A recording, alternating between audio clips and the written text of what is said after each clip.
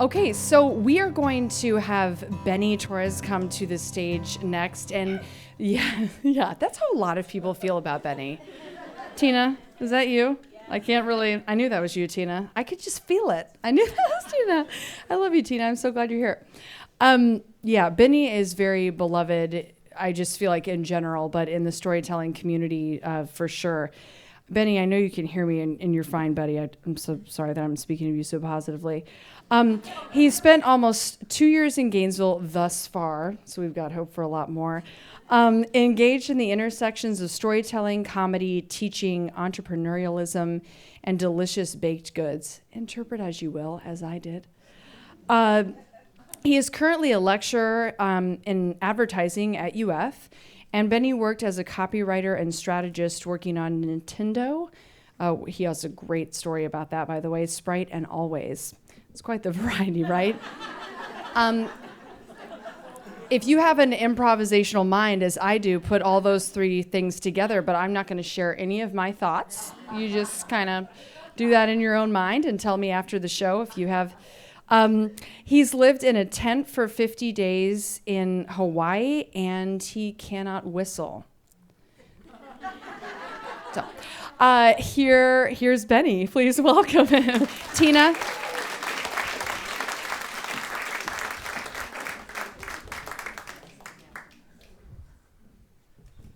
She's so tall. Or I'm short, that's what it is. So, I'm in a hut at 18,000 feet at the end of 2011.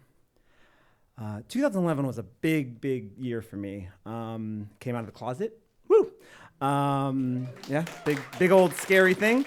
Came out of the closet. I think I ran my maybe fourth marathon. And that came with getting under 180 pounds.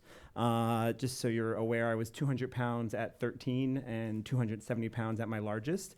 And I also doubled my salary and decided to celebrate by quitting my job and moving to the West Coast. And so I'm in a hut at 18,000 feet.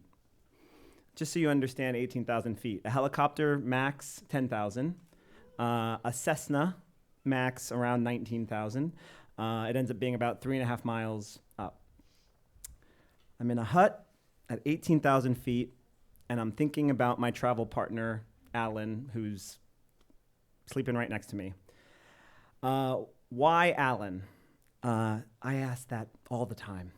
Alan is that friend who you've known for years, maybe even decades, that you don't know why you're still friends. Why are and I remember I remember God, and I remember talking to some of my best friends, and we've all been friends with Alan for a long time. We were having this conversation without Alan. And why are we friends with this guy? He's just a jerk. Alan is just a jerk. Okay, so here, I'll give a couple stories about Alan. Number one, as we're talking about where I'm at, which is summiting Kilimanjaro, and Alan is my chosen travel partner, kind of. I'm telling all my friends in a joke, nudge, sort of way, like, hey guys, if I don't make it back, it was Alan. It was Alan. He did something. And then Alan laughs a little too hard.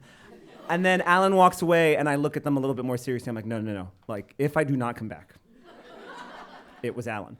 And so as we talked about Alan and why Alan is still our friend after all these years, we figured it out, and it's because Alan is always, what the kids say, down. Alan is always ready to go. Alan's always there. He's a jerk a lot of times, but Alan's just always there. He's always, yeah, you want to go here, you want to go there. So in 2011, when I sort of decided to pre-tire, which was my term for why do I have to wait until I'm 65 to go do things? Let me go do things now and just hope that I have a job when I get back. I posted it to Facebook, and I just kind of said, hey, I have all this time. anybody want to join me doing something adventurous? Alan was the first one to be like, yeah. Apparently Alan or I knew this, Alan had stomach cancer and had recovered. And one of the ways that he coped was by writing itineraries. So as he was recovering, he was writing itineraries for future travels. And he actually gave me an option. He was like, do you want to go to Galapagos or Kilimanjaro? I was like, I don't know, Kilimanjaro, sure. And we were off to the races. So I'm at 18,000 feet at Kibo Hut on Kilimanjaro, and I'm thinking about Alan. One of the things Alan, as a jerk, he was the one who made me realize why I felt so guilty when I told people, or felt so sad and cringy when I told people that I'd ran marathons. It's a very strange thing running marathons, because you say, I ran a marathon, and people are like, oh my God, you're great, you're wonderful. Terrible people run marathons all the time, right? Like, it's not, and people are like, oh my God, wow, you're amazing. And it's like, you don't know that. I just ran 26 miles, that's all I did. And Alan was the first person to articulate this. Alan goes to me, I'm having conversations and I'm running my 4th marathon or whatever, and I'm telling my friends, and Alan's like, that's the stupidest thing I've ever heard of. And I'm like, okay. And he's like, so you're telling me you're gonna shut down a whole city. You're telling me you're gonna waste my morning. You're telling me you're gonna start somewhere and then stop somewhere and just stop in the same place. You're just gonna do it for 5 hours. You're telling me you wasted hours upon hours upon hours of your life training for this, and you're not even like doing it for charity? Like, running a marathon is the most stupid, indulgent thing I've ever heard of. And he like freed me in a weird way. I was like, yes, you're the one you get it, you understand it. It's 2011, 18,000 feet, Kibo Hut, and I'm thinking about indulgence. What is indulgent? Running a marathon is indulgent. Hiking Kilimanjaro is very, very indulgent. I was not aware how indulgent it was until I was in East Africa, Kenya and Tanzania. Indulgent like the government mandates for every one person who hikes up Kilimanjaro, 5 porters have to join them. This means that as a team of 2, we have 10 Tanzanians taking up all our stuff. Climbing Kilimanjaro is indulgent like safari-style dinners. I was fully prepared on this 7-day journey to eat Cliff Bars and poop bricks. And on our first meal, a tablecloth and silverware out of a tent that 10 porters were sleeping in, and somehow made some of the best vegetarian food I've ever had in my life. And when we demurred and said, this is too much, silverware, literal silverware on the mountain of Kilimanjaro, and we're like, this is too much. Like, no, you need energy. 5 courses, including once squash soup made in a squash bowl that had our names and the date on it. Indulgent.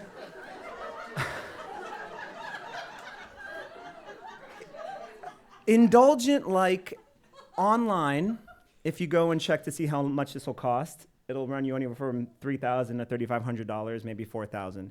Indulgent like Alan, God bless him, that jerk, me feeling all my white guilt, which I didn't even know I had white guilt until I went to Africa, but I had a lot of white guilt because, whoa, there's a lot of poor people and you can't do anything about it. And it's like, I don't know what to do about this. And I know it was kind of my fault, but not really, I'm not sure.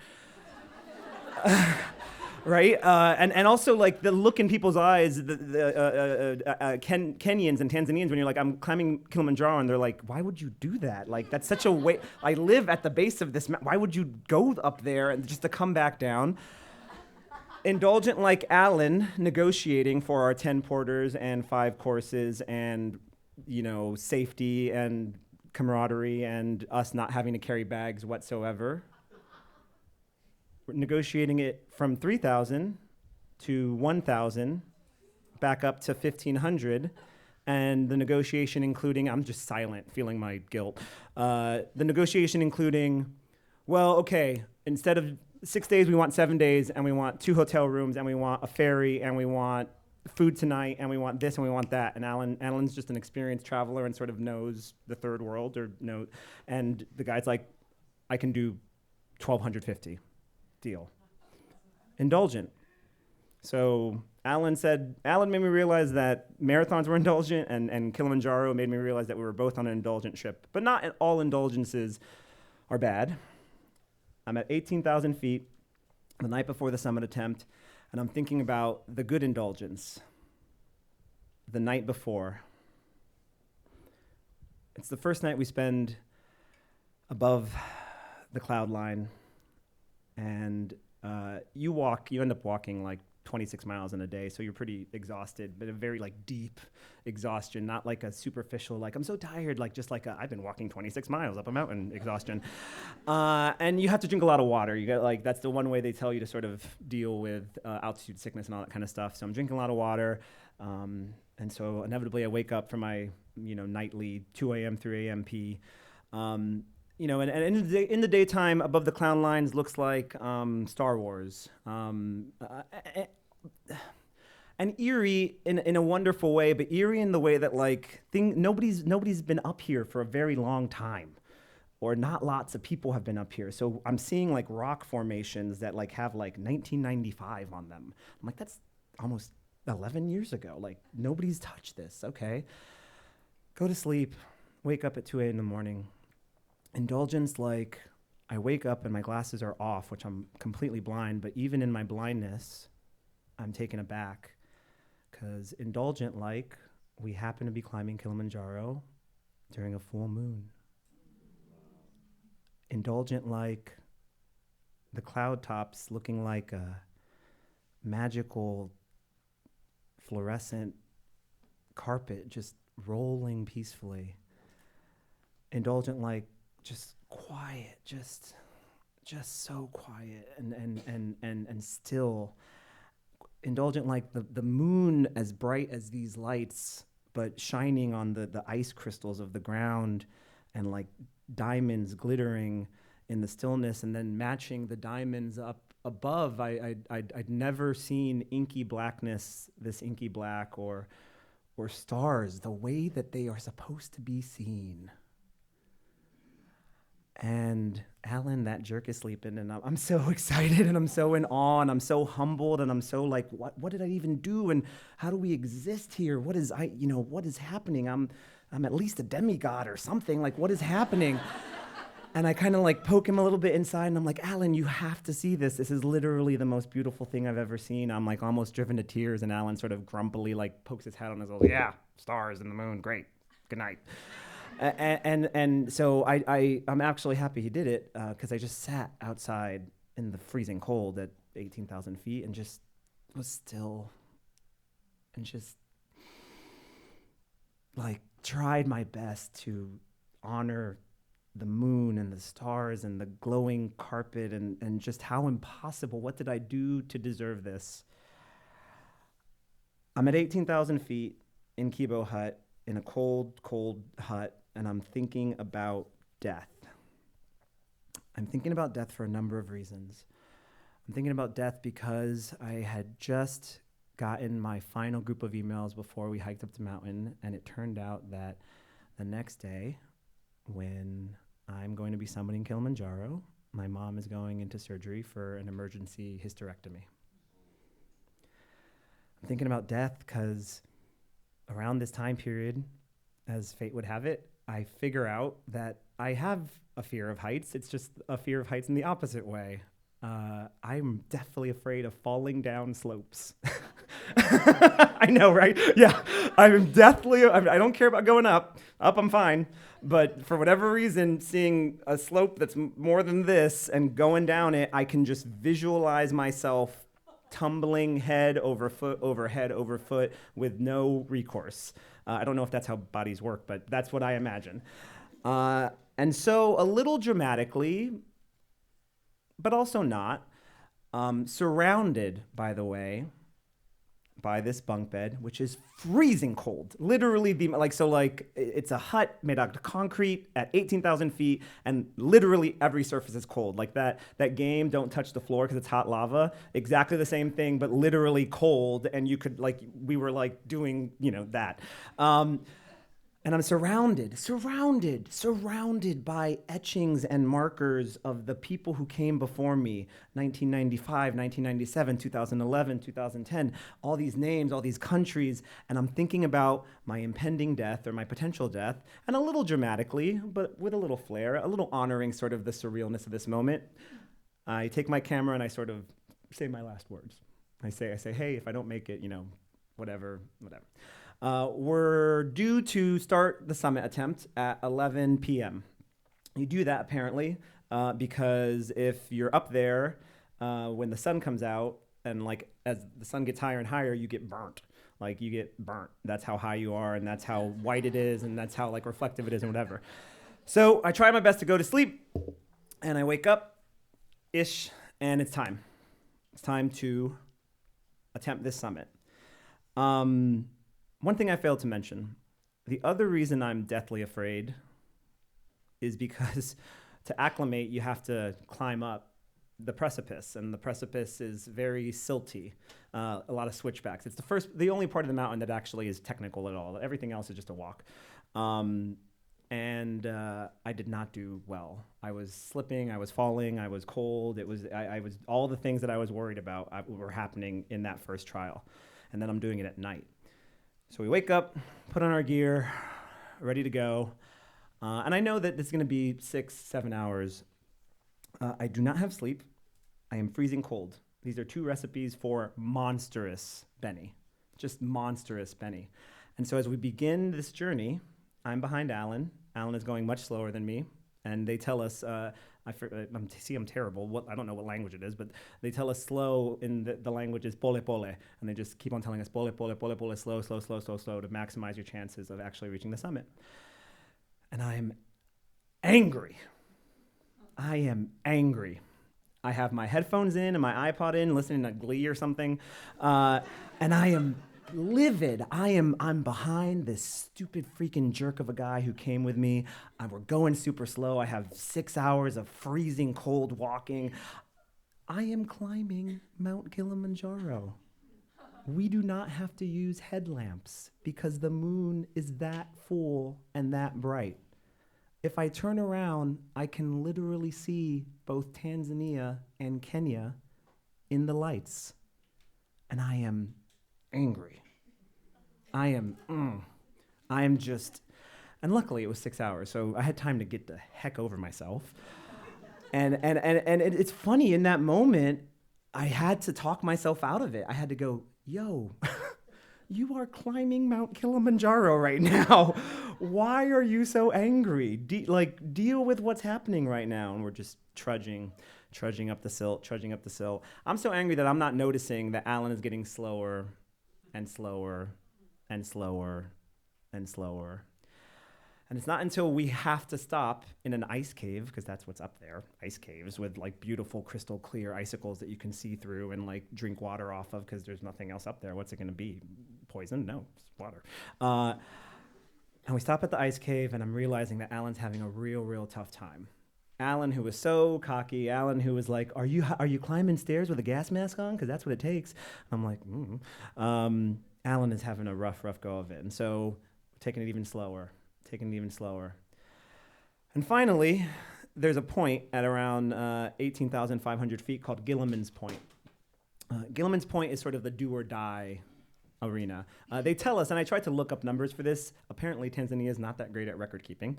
But they told us at the time that something like only 1 in 10 make it past Gilliman's Point for whatever reason. It's the precipice, and then you're kind of going out. And when we get to this point, it opens up all of a sudden. You've been going up and up and up and up, and you're just kind of staring at silt.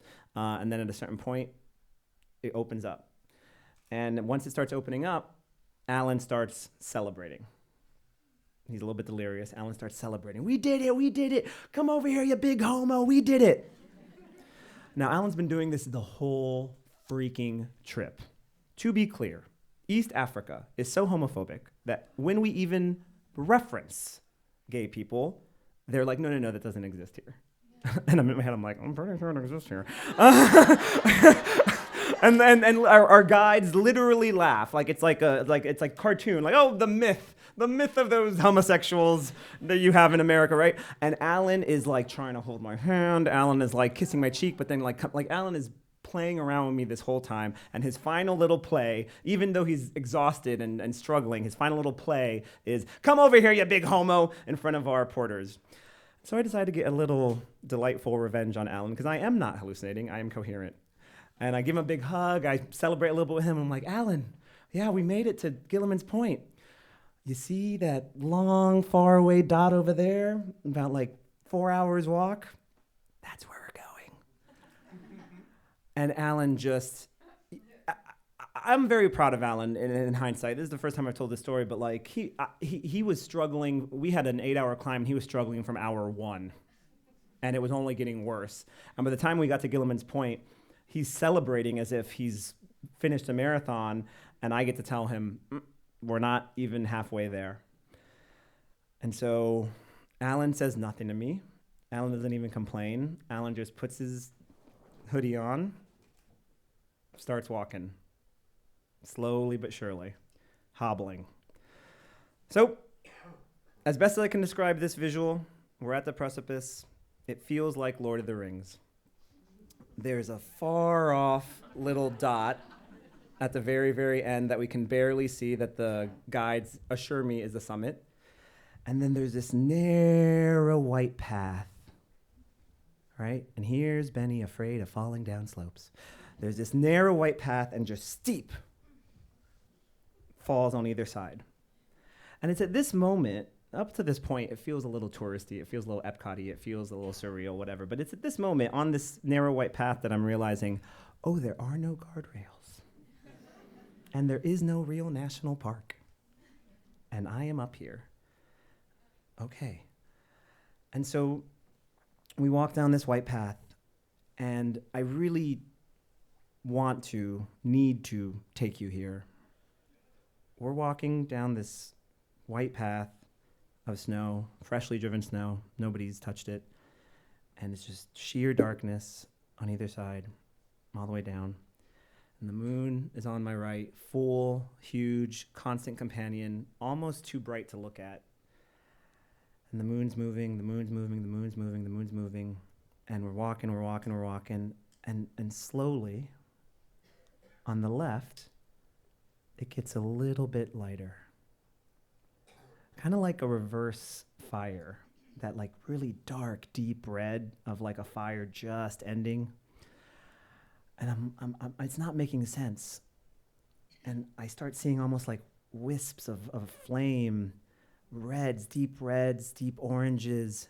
And then I look over here, darkness, inky black darkness, beautiful big moon, purples and greens and just crazy colors coming up. And it felt like what maybe the first sunrise must have felt like. It felt like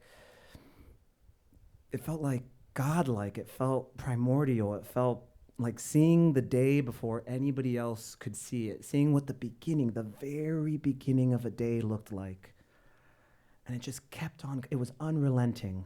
And it got brighter and brighter and more colors, and we're trudging and it's just and I felt like I was at the center of the world, and everything was just shifting around me, is what it felt like. And we're walking and Alan's struggling even more, and I'm not angry anymore. I'm not even thankful anymore. I'm starting to become free, and I'm starting to not become scared anymore. And I'm realizing, like, I don't have to stick with these guys, or I can do something different. And so what I start doing is I start playing a game of cat and mouse with the porters and Alan. And so what I do is, it was very, very cold, still very cold. I'd sort of sprint maybe 100, 200 feet ahead of them, find a rock to sort of like hide against so that the wind wouldn't hit me, so that I could stay a little bit warm. And I brought my camera. The camera hadn't really worked the whole trip, but for whatever reason, every shot I took on this trip, every shot I took on this summit was just boom, boom, boom, boom, boom, capturing it. And so I just decide, okay, I'm with this. I'm doing this. And so every time I sort of cat and mouse them, I would pivot against a rock and take another picture. Glacier, first sunlight, summit, just bam, bam, bam. And my favorite picture, at a certain point, I sort of am against a rock and I'm looking back and I'm far enough ahead that Alan and the porters are pretty tiny and the sun's just about to peek over that horizon. Alan is, and the porters are sort of supporting him and they're walking down the path. Perfect. 3 tiny figures against just this impossibly surreal splash of color and beauty and astoundingness. And then we see it. We see the signs. We see the summit. Alan at this point is so exhausted that I try to have that moment. I feel bad about the thing that I did to him at Gilliman. So I'm like, Alan, it's real this time. There they are, expecting him to. He can't. He can't even muster the adrenaline to get excited that we're here. We did it. We're going to make it. And so, I don't have my moment of glory with him quite yet, and something occurs to me. Now, what you got to remember about this point is that even though I've run 3 marathons, 4 marathons at this point, even though I've lost 100 pounds, you don't stop being a fat kid. And fat kids aren't athletes. So, an idea strikes me. Even on the summit of Kilimanjaro, I'm still not an athlete. And I look at the porters, and I see Alan struggling, and I see how much distance there is between me and the signs. And I look at one of the porters, and I go, I'll race you. And he looks at me like I'm an insane white man, because I am. And he goes, yeah, go ahead. I'm not going to follow you, but go ahead. And fat kid Benny sprints with energy to spare, almost skips, in the most homosexual way, to the summit. I sprinted to that summit, passing angry German tourists. I was the exception. They were all struggling. They were all victims of altitude sickness. They were all, for whatever reason, I can't deny this anymore. And so I get there a little early. The summit's a little bit, to be completely honest, anticlimactic. It's a big garish green sign, and it's beautiful, but sunlight's already happening. And so I had brought some small artifacts with me. They tell you not to leave things up there because it's not, things don't go away. I still brought a little slice of a card that my grandfather had given me. He had passed, so I sort of had that little slice and just dug a little tiny hole and just. I had some roses from my grandmother's funeral because I wanted some Puerto Ricans and some Cubans up there. I mean that genuinely. I was wearing a monkey hat, a little monkey hat. I had a Tebow jersey, so I photographed with a Tebow jersey. And we were just like that. It was over. We were on the way back down. Alan he had a whole other way down.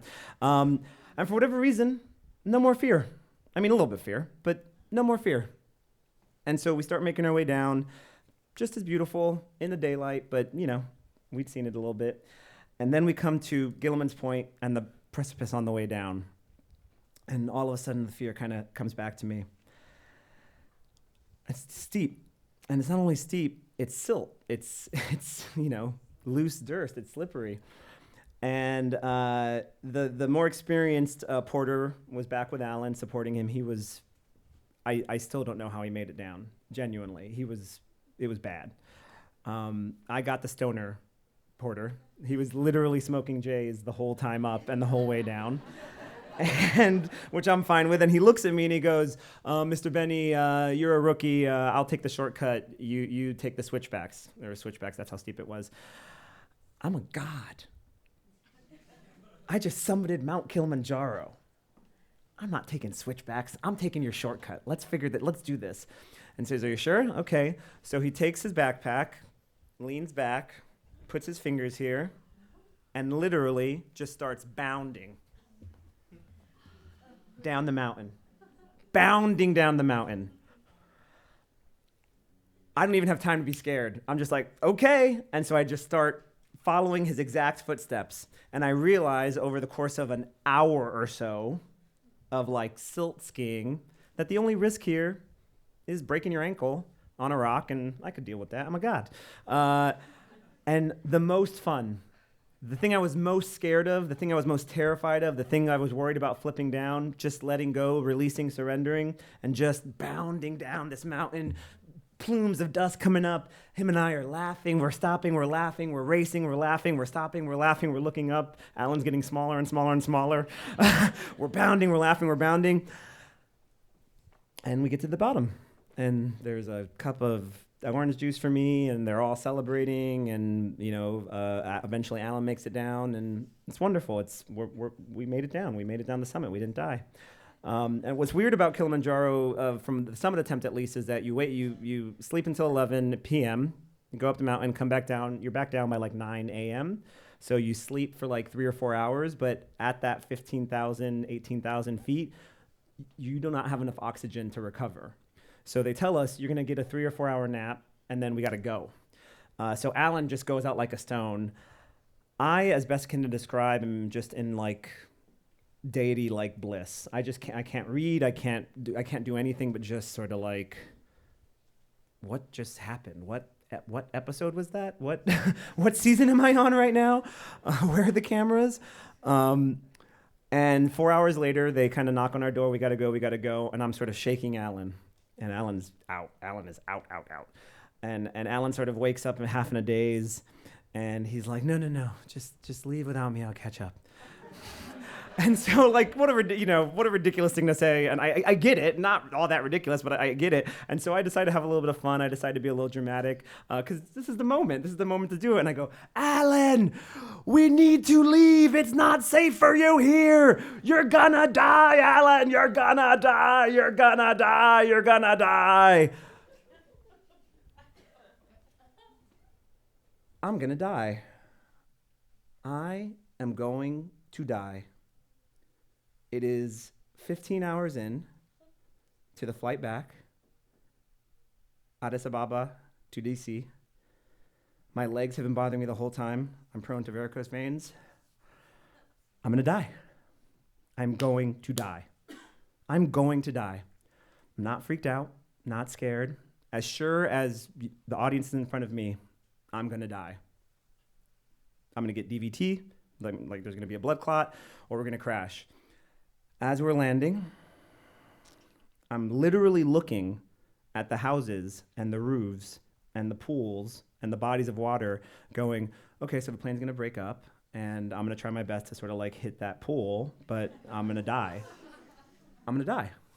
I'm going to die. I'm still processing this in front of you right now. I fell in love for the first time. I came out of the closet. I lost 100 pounds. I doubled my salary. I'm going to die. I don't deserve any of this. Or now that I've got it, I can just go and be content. What else is there? To a gay kid, coming out is impossible. To a fat kid, being skinny is impossible. To a non-athlete, hiking Kilimanjaro these are all impossible things that I did, so I can go. I'm dead. I'm going to die. And then I land. And I don't die. Spoiler. And I kind of remember like touching myself. And the funny part is, I did die. A lot of me's died. And I didn't know it, but I was about to march into the death of me idolizing my father. I was about to march into the death of that job that I thought I had. I was about to march into the death of my career as I knew it. I've died a lot since then. But it's okay. Because there was an adventure out there, and I summited it, and I'm a god. And so are you. Thank you.